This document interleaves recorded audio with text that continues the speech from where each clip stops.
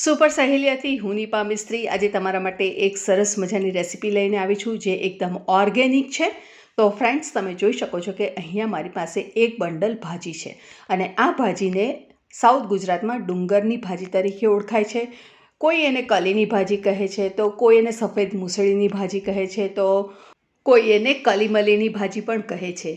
એટલે કે અલગ અલગ પ્રદેશમાં અલગ અલગ નામ તરીકે ઓળખાતી આ ભાજી એકદમ ઓર્ગેનિક હોય છે અને એ ફક્ત ચોમાસાના 15થી 20 દિવસ દરમિયાન જ મળતી હોય છે અને જનરલી ડુંગરાળ પ્રદેશમાં થતી હોય છે, જેથી એને સાઉથ ગુજરાતમાં ડુંગરની ભાજી તરીકે ઓળખાય છે. તો અહીંયા સફેદ પાર્ટ મેં કાઢી લીધો છે અને અહીંયા મેં લીધા છે લીલા કાંદા, જે લગભગ 200 ગ્રામ જેટલા લીલા કાંદા છે. તો લીલા કાંદાનો સફેદ ભાગ કાઢવો હોય તો તમે કાઢી શકો છો, પણ હું અત્યારે બંને ભાગ લઈશ અને બંનેને આપણે સૌથી પહેલાં સારી રીતે પાણીથી ધોઈ લેવાના છે અને ત્યારબાદ બને એટલું બારીક સુધારવાનું છે. બારીક સુધારતા ન ફાવે તો નો પ્રોબ્લેમ, ટેન્શન નહીં લેવાનું, પણ બને એટલું બારીક સુધારવાનો પ્રયત્ન કરવાનો. અને હંમેશા યાદ રાખવાનું કે કોઈ પણ ભાજી હોય તો આપણે પહેલાં એને ધોઈ લેવાની અને ત્યારબાદ જ આપણે એને સુધારવાની રહેશે, જેથી કરીને એની અંદરના રહેલા બધા ન્યુટ્રિયન્ટ્સ જે છે તે જળવાયેલા રહેશે. અને તમે જોઈ શકો છો ફ્રેન્ડ્સ કે ચપ્પુની ધાર પણ આપણે એકદમ ધારદાર હોય એવા ચપ્પુથી જ આપણે એને સુધારવાની છે અને આ રીતે આપણે બધી ભાજીને બારીક સુધારીને તૈયાર કરી લેવાની છે. એવી જ રીતે આપણે લીલા કાંદાને પણ સુધારી લેવાના છે અને ઝીણા સુધારાય એટલા માટે આપણે આ રીતે સ્લીટ મૂકી દેવાની અને ત્યારબાદ એને પણ સુધારી લેવાના છે. લીલો કાંદો ન હોય તો તમે એને સ્કીપ કરી શકો છો, એની જગ્યાએ તમારે સૂકો કાંદો વાપરવો હોય તો પણ વાપરી શકો છો. તો અહીંયા ડુંગરની ભાજી અને લીલા કાંદા બંને સુધારીને તૈયાર થઈ ગયા છે. આપણે એક મિક્સિંગ બોલની અંદર આપણે ટ્રાન્સફર કરી લીધા છે અને હવે આપણે એની અંદર કરીશું મસાલા. તો મસાલા માટે અહીંયા મેં લીધેલા છે આદુ, મરચાં અને લસણ. તો લસણની આપણે અહીંયા 7 કળી લીધી છે અને એ થોડી મોટી છે. ટુકડો આદુ લઈશું અને 3 લીલા મરચાં લઈ એની પેસ્ટ બનાવી લઈશું અને એને અંદર ઉમેરી લઈશું. લીલું લસણ હોય તો તમે લીલું લસણ પણ ઉપયોગ કરી શકો છો, પણ લસણની માત્રા થોડી વધારે પ્રમાણમાં રાખવાની, જેથી એનો ટેસ્ટ સારો આવશે. 2 ટેબલ સ્પૂન જેટલું સિંગ તેલ મેં અહીંયા ઉમેરી લીધું છે. 1.5 કપ આપણે ઉમેરી લેવાનો છે જુવારનો લોટ અને ત્યારબાદ આપણે એની અંદર ઉમેરી લઈશું 2 ટેબલ સ્પૂન જેટલો ચોખાનો લોટ અને 1 ટેબલ સ્પૂન જેટલો આપણે બેસન ઉમેરી લેવાનું છે. અને ત્યારબાદ આપણે 1/4 કપ દહીં, અહીંયા દહીં ખાટું થોડું લીધું છે, તમને મોળું ગમે તો તમે મોળું લઈ શકો છો. દહીં ઉમેર્યા બાદ આપણે એની અંદર ઉમેરી લઈશું હળદર. તો અહીંયા આપણે 5 ચમચી હળદર, અડધી ચમચીથી 1 ચમચી જેટલું લાલ મરચું પાવડર, 2 ચમચી ધાણા જીરું પાવડર, તીખાશ તમારા ટેસ્ટ પ્રમાણે તમે ઉમેરી શકો છો અને સ્વાદ પ્રમાણે મીઠું તો મેં અહીંયા લગભગ 1 ટીસ્પૂન જેટલું મીઠું ઉમેર્યું છે અને ઉપરથી થોડું ચપટી બીજું થોડું ઉમેરી આપ્યું. તમે તમારા ટેસ્ટ પ્રમાણે ઉમેરી શકો છો. બધી વસ્તુને પહેલાં આપણે હાથની મદદથી મિક્સ કરી લેવાની છે અને ત્યારબાદ આપણે એની અંદર ઉમેરી લઈશું 2 ટીસ્પૂન ખાંડ. ખાંડને આપણે મસાલા સાથે ઉમેરી શકાય, પણ મારે રહી ગઈ એટલે હું અત્યારે ઉમેરી રહી છું અને બધું સરસ રીતે મિક્સ કર્યા બાદ આપણે અહીંયા લગભગ 1 કપ જેટલું પાણી લીધું છે અને એને અંદર ઉમેરી લીધું છે.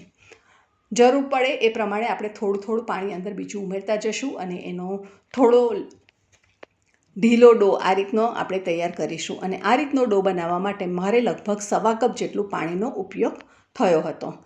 તો ડો થોડો આ રીતે ઢીલો જ રાખવાનો છે, રોટલી કરતાં ઢીલો હોવો જરૂરી છે. તો ફ્રેન્ડ્સ, અહીંયા સુધીનો તમને જો વિડીયો ગમ્યો હોય તો વિડીયોને લાઇક કરો, ચેનલને સબસ્ક્રાઈબ કરી બાજુમાં આવેલા બેલ આઇકોનને પ્રેસ કરો, જેથી કરીને આવનારા નવા વિડીયોના નોટિફિકેશન મળી જાય. એક પેન લઈશું, એની અંદર આપણે 2 ટેબલ સ્પૂન જેટલું તેલ ઉમેરી લઈશું અને એની અંદર હિંગ ઉમેરી લઈશું. તો લગભગ આપણે અહીંયા અડધી ટીસ્પૂન જેટલી હિંગ ઉમેરી લીધી છે અને તમને જો તલ અને રાઈનો વઘાર ગમે તો તમે તલ અને રાઈ ઉમેરી શકો છો, પણ આ ટ્રેડિશનલી રીતે બનાવી રહી છું, જેથી કરીને હું એની અંદર નથી ઉમેરી રહી. અને આપણે જે બેટર બનાવેલું છે એ બેટરને આપણે આ રીતે પેનની અંદર પહોળું કરીને પાથરી દેવાનું છે.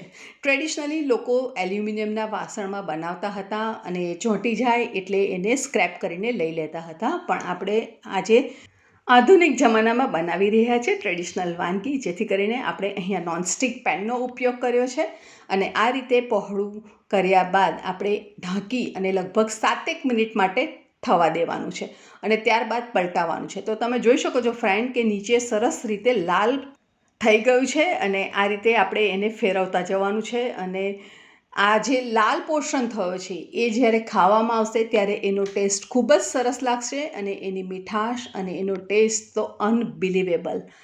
ટ્રેડિશનલ એટલે ટ્રેડિશનલ. હવે આપણે ફરીથી એને બધી વસ્તુ સરસ રીતે ફરીથી મિક્સ કરી લેવાની છે. ફરીથી આપણે એ ડોને પહોળો કરીને મૂકી દઈશું અને ફરીથી આપણે 5 થી 7 મિનિટ માટે ઢાંકી અને એને કૂક કરી લઈશું. લગભગ આપણે 2 વાર આ રીતે ઢાંકીને થવા દઈશું, જેથી કરીને જે લોટ છે એ સરસ રીતે ચડી જશે અને ત્યારબાદ આપણે એને ખુલ્લું થવા દેવાનું, જેથી કરીને એ થોડું ક્રિસ્પી બની જાય.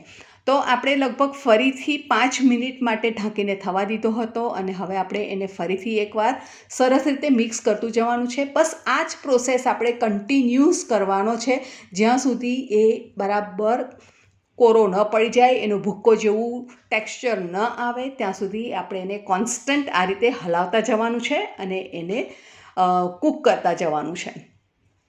અને જેમ જેમ આ લાલ લાલ લેયર થશે, કડક થશે, એ ખાવાની અને એ આ રેસિપીની ખૂબી છે. દરેક રેસિપીની કંઈક યુનિકનેસ હોય છે. તો આ જે આપણે બનાવીએ છીએ ભૂક્કો, એની આ છે યુનિકનેસ, જે લાલ લેયર થાય છે. અને તમે જોઈ શકો છો ફ્રેન્ડ્સ કે આ સરસ લાલ લાલ આપણો આ જે ભૂક્કો છે તે થઈ ગયો છે. એનું ટેક્સચર પણ સરસ ભૂક્કા જેવું આવી ગયું છે.